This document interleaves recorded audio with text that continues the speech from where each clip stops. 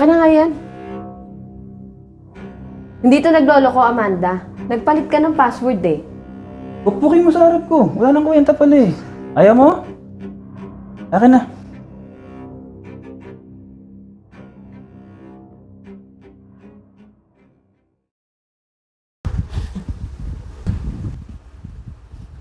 Amanda, bili ka nga muna ng mantika doon. Dali, para maluto ko na yung ulam natin. Para makakain na tayo. Sige po.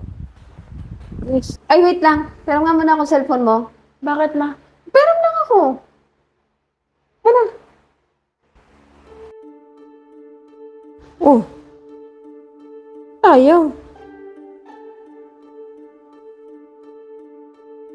Wala. Tayo gumana ng password nito. Tinatago ata tong batang to ah.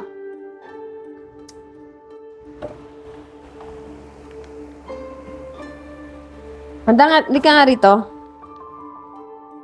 Ako, 2 linggo ko na napapansin ah. Porkit hindi ko chinecheck yung cellphone mo, hindi mo rin talaga binibigay sa akin. Tsaka ano to? Tingnan mo. Ba't di ko na mabuksan? Nagpalit ka ng password? Hindi, ma. Ayun nga, may sinasabi kasi na nakaraan, di ba? Hindi ko tayo masyado mabuksan kasi nagloloko na siya. Naglolo ko. Eh tingnan mo, ayaw nga bumukas oh. Nagpalit ka ng password eh. Hindi nga, ma. Madalas na talaga yan maging ganyan kasi nga noong nakaraan nababagsak ko siya sa school. Oh, ito. Akin na nga yung mantika. Mamaya, i-check ko yan ha. Ayusin mo yan.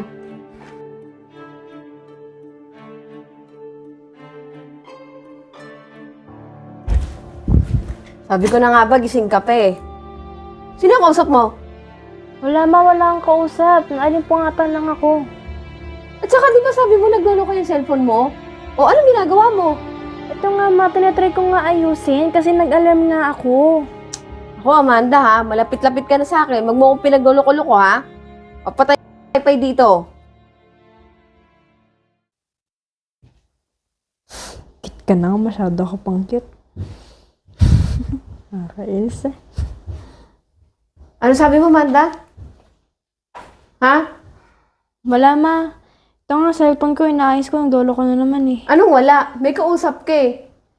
Wala nga, ma. Inaayos ko lang oh. Akin na nga yan. Hindi to naglolo ko, Amanda. Nagpalit ka ng password eh. Nagpalit ka eh. Wala nga, ma. Magpa-pop up naman yung kung may nag-message eh. Anong wala? Ayan nga, oh. Tingnan mo. Oh, nabubuksan naman siya. Password lang ang kailangan eh. Ano yan? Yan. Ito kasi eh. Oh. Naalala mo na isang gabi? Sinabi ko sa'yo na halos 1 buwan ko nang hindi na-check ang cellphone na to. Oh. Oh, ayan. Tingnan mo. Nagpalit siya ng password eh. Sasabihin niya, naglolo ko. Ano nangyari dyan? Eh, totoo naman pa. Nagdolo ko naman talaga eh. Tay, muna akong tubig muna. Ang kinig itong panahon. Masabay pa kayong dalawa. Oh. Ana! May tubig. Ano ba nangyari sa cellphone mo? Eh, naglolo ko nga pa. Eh, nga dapat yung sasabihin ko sa inyo nakaraan eh. Ba't ay gumana ng password? Ha? Paano naglolo ko?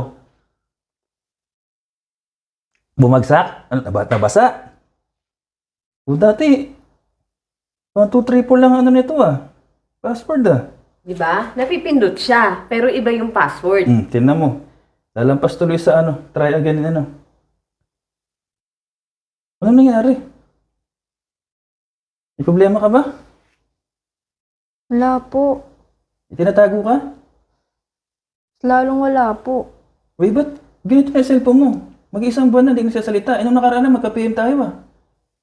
Eh, ayun nga pa eh. Kaya dali na rin ako mag-reply minsan kasi nga, naglolo ko nga siya. Okay lang na may password. Pero dapat kami ng nanay mo, alam namin to kung nagpapalit ka. Ha?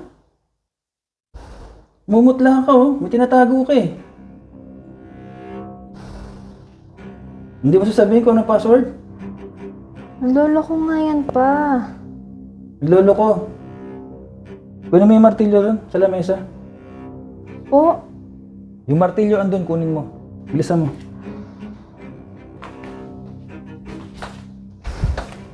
Wala na. Nagpalit ng password niya. Imposibleng. Gagawin ko dito pa. Ano ang password? Sabihin mo na. Nagpalit ka? Hindi ako nagpalit pa. Lolo ko talaga yan. Naglolo ko. O sige, pukpukin mo na ngayon. Wala na palang kwenta yan eh. Ayoko pa. Ha? Ayoko. Ano gagawin natin dyan? Wala nang kwenta. Paano komunikasyon natin yan? Paano kung may mangyari sa'yo masama sa daan? Ha? Paano kung may mga banta na pala sa buhay mo? Ayaw mo? Pukpukin mo sa harap ko. Wala nang kwenta pala eh. Ayoko pa, nanghihinayang ako eh. Nangihinayang ka? Saan ka nangihinayang? Ako hindi ko nangihinayang dyan. Kung yan ang magiging dahilan na magiging ganyan ka sa amin. Nagsisekreto ka na, nagsisinungaling ka na. Hindi na maganda yan. Ayaw mo? Akin na. Tao ba natin, sabihin ko na. Buksan mo.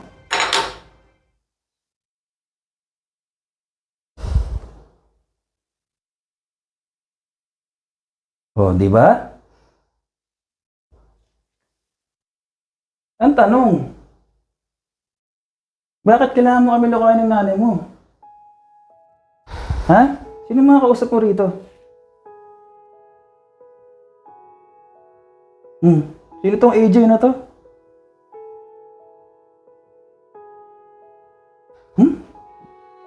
Mario Joseph, sabi ko na eh. Ito na may mga usapan nyo. Ba, natutulog ka pa ba sa usapan nyo? Oh, Pakwentuhan lang naman yan eh. Wala naman kaming usapan na masama eh. walang masama. Pero yung ginawa mo, napagpalit ng password tapos magsinungaling ka pa sa amin, ang tawag mo doon? Hindi ba masama yun? Hindi ba papunta na rin sa pagiging masamang anak? Ano yan, nandiligaw sa'yo? Hindi po pa. Parang nagiging close ko lang. Nagiging close mo lang. Magmula nung nag-16 ka, naging ano ka na? Iba na yung galawan mo, Amanda. Gusto mo na ata mag-asawa eh. Sabihin mo lang. Para bukas na bukas, ihatid kita doon. So, hindi yung cellphone yung naglolo ko. Ikaw.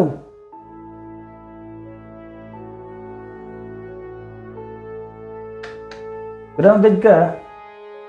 Okay na yan. Hawakan mo muna yan. Ako ang hawak nito. Kausapin mo yung bata na yan. Kausapin mo rin yung magulang. Baka mamaya, hindi rin alam na magulang yung ginagawa niyan. Naangil ka? Ha? Kaya mo na ba sarili mo? Sa tingin mo ba, kaya kang buhayin yan? Nagiging reason kung bakit nagiging suwal ka sa nanay mo? Kung bakit ka nagsisinungaling? PM mo. Ihatid kita ngayon. PM mo. Pa, hindi ko pa po kaya. Pasensya na po sa mga nagawa ko po. Amanda, alam ko naman papunta ka rin dun eh. Huwag mo na madaliin. Uulitin ko. Lahat ng bata nagmadali at nagisuwal sa magulang at naging dahilan ng kasiraan ng magulang at anak ng lalaki. Wala nagtagumpay. Wala naging success. 80% minalas. 90% iniwanan lang. 100% naging batang ina lang. Masakit doon, yung 50% na iniwanan ng mga batang bano na nakabuntis ng maaga ng batang babae, may diferensya yung anak. Kaya mag-isip-isip ka. Ha? Bukas na bukas, bibilangan kita. Huwag mo laban yung damit. Huwag mo lutuan ng ulam. Yung kwarto na yan, gusto ko ikaw maglilinis niyan. Nawala ka na, Amanda. Di na ikaw yan. Samantalang last year, okay pa nung 9 years old ka eh. 10, 11, 12 eh. Hanggang 13, masinop ka rito eh. Kaya nga binibilang ka namin ng gusto mo eh. Kaya lang wala, Amanda. Lumalala ka. Huwag mo na ulitin yan. Opo, Papa. Tensya na po talaga. Yun na. Ang papawak sa kanya. Talaga. Eh, mo yung kwarto mo.